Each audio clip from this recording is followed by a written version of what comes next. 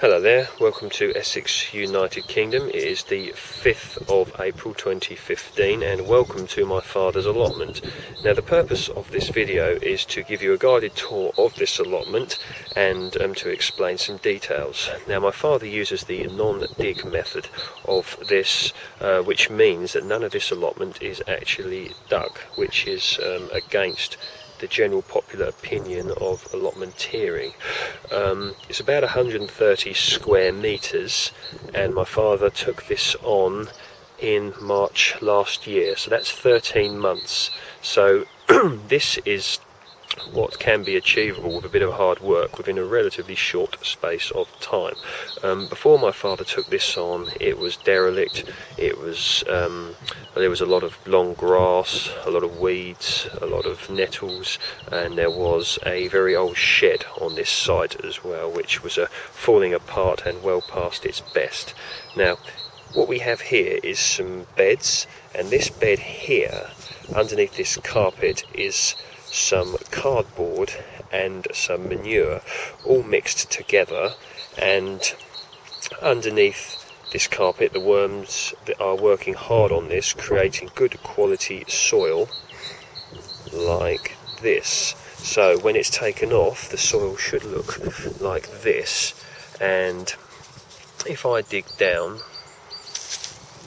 you should be able to see this is very active indeed. Now we should be able to see some worms. Here we go. We'll just keep looking down. Here we go, see? Now these worms are all working hard, creating good quality soil for us to then grow good quality food in at a later date. As you can see, look, more worms here. Lots of worm activity, all letting off worm casts, which are good to enrich the soil. Now we have another bay here. Under this is some cardboard, topsoil and manure. We did this a few days ago, and we'll take this carpet off. We put the carpet over and the sheet of plastic here to stop the weeds growing, to blind it off, attract worms, to generate some heat, and within 2, 3, 4 months, when we remove all this, the soil should look something like this. Now we have another bay here. In this bay is some comfrey. This is a tuber which grows, and the plant brings up nutrients from the lower part of the soil, brings it to the top. You then harvest the leaves and you can make like a comfrey sort of tea really, which you will then spray over your garden. So you would pick the leaves, put them in some water and let it sort of fester, and then when it's ready you can then put in a watering can and start to put it over your garden. So that takes the nutrients from the bottom of the soil up to the top. So this is called comfrey. We have another bay here. This is ready for setting. We have some topsoil here which another allotmenteer didn't want, and we are using this in amongst this with manure and compost to create nice nutritious beds such as this one and this one when it's ready. Now the other allotmenteer didn't want this because he believes by taking the top layer off you are reducing the weeds and removing them. Whether that's true or not, I'm not exactly sure. I have heard that doing that will then help disperse the weeds even further, which of course you don't want. But either way, we've acquired some free topsoil here which we intend to utilise to make non-dig beds. Now here, this is what my father likes to refer to as the powerhouse of the allotment. These are his compost bins.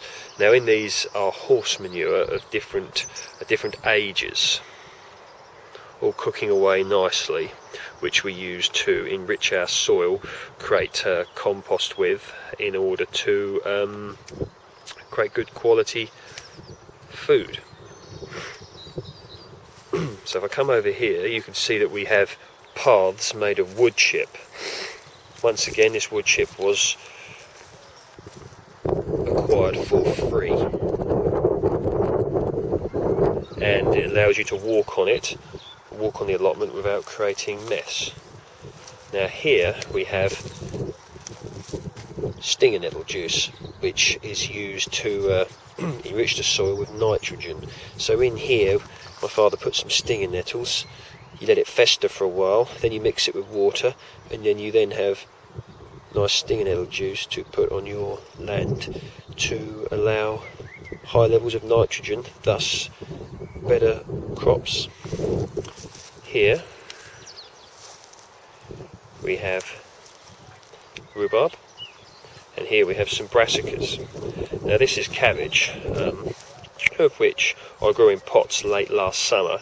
We set it out here in September, October time, and because of that we're now having brassicas now at a very early stage of the year, which is otherwise known as the hungry phase.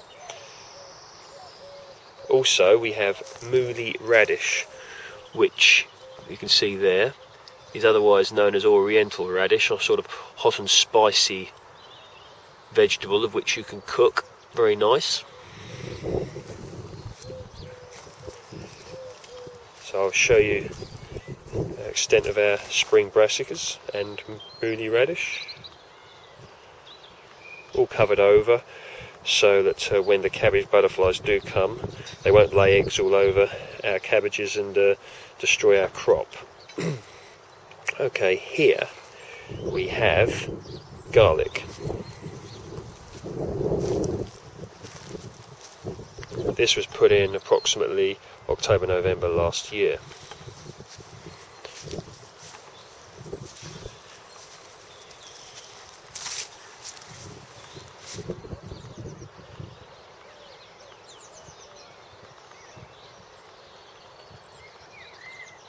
Here we have some purple sprouting broccoli.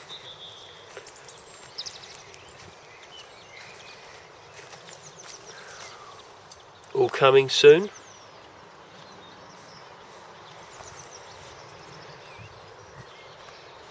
Have some onions here.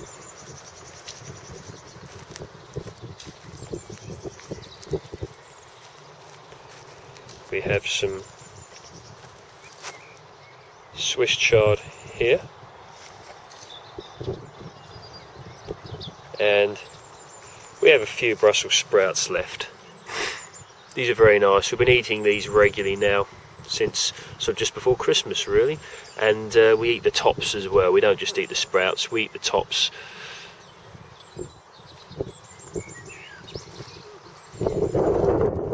Some more purple sprouting here, and we have some kale here, some curly kale.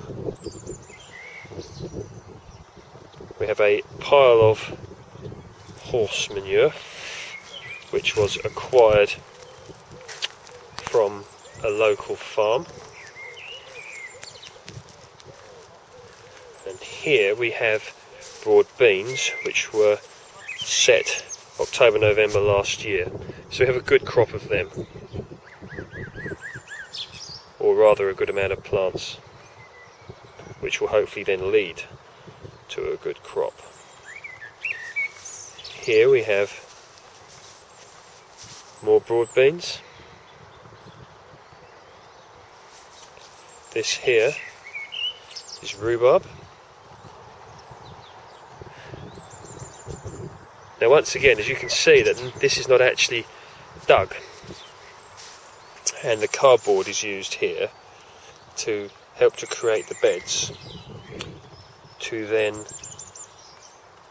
blind off the underneath ground. Cardboard is then put on top,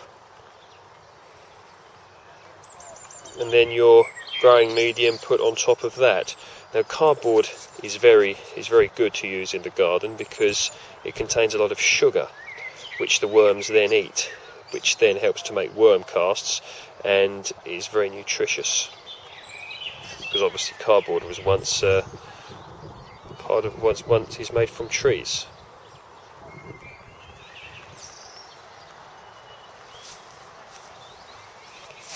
Okay, so this is the allotment, the result of 13 months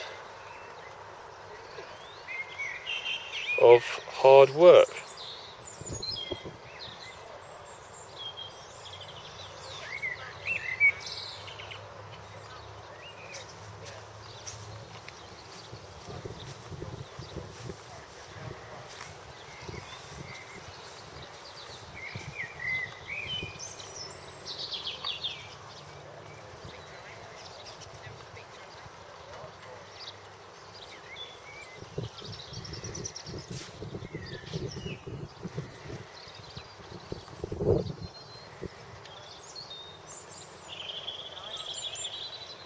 Okay, thank you for joining me.